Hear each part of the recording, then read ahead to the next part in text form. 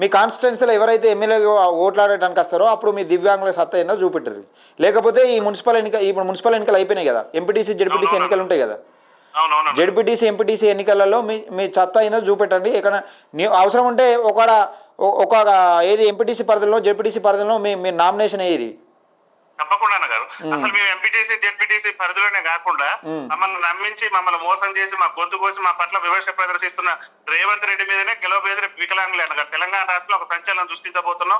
కొడంగల్ గడ్డ మీద వికలాంగుల జెండా ఎగరేస్తాం అన్నగారు. రేవంత్ రెడ్డి వికలాంగుల సమాజాన్ని మోసం చేస్తే నా ఎమ్మెల్యే పదవి కూడా ఏత వచ్చింది. ఆయన ముఖ్యమంత్రి సీట్లో ఉండి కలలు కట్టుకుంటా అన్నగారు. ఆయన రాజకీయ పప్పం కట్టుకుంటూ మా ఓట్లతో ఇలా ముఖ్యమంత్రిగా చలామణి అవుతూ మా సమాజాన్ని స్మరించిన రేవంత్ రెడ్డికి వికలాంగుల సత్తా ఏందో చూపించే విధంగా కొడంగల్ గడ్డ మీద ఒక వికలాంగుల అభ్యర్థిని పెట్టి రేవంత్ రెడ్డిని 50,000 మెజార్టీతో వికలాంగుడు గెలిచి రేవంత్ రెడ్డి చిత్తు చేసి వికలాంగుల సత్తా ఏంది ఈ రాష్ట్ర ముఖ్యమంత్రి చూపించే ప్రయత్నం చేస్తా ఉన్నారు. తప్పకుండా మీరు అన్నట్టు రేవంత్ రెడ్డి గారు వాళ్ళ రాహుల్ గాంధీ గారు వాళ్ళ కాంగ్రెస్ పార్టీ మాజీ అధ్యక్షుడు రాహుల్ గాంధీ గారు చెప్పారన్నగారు.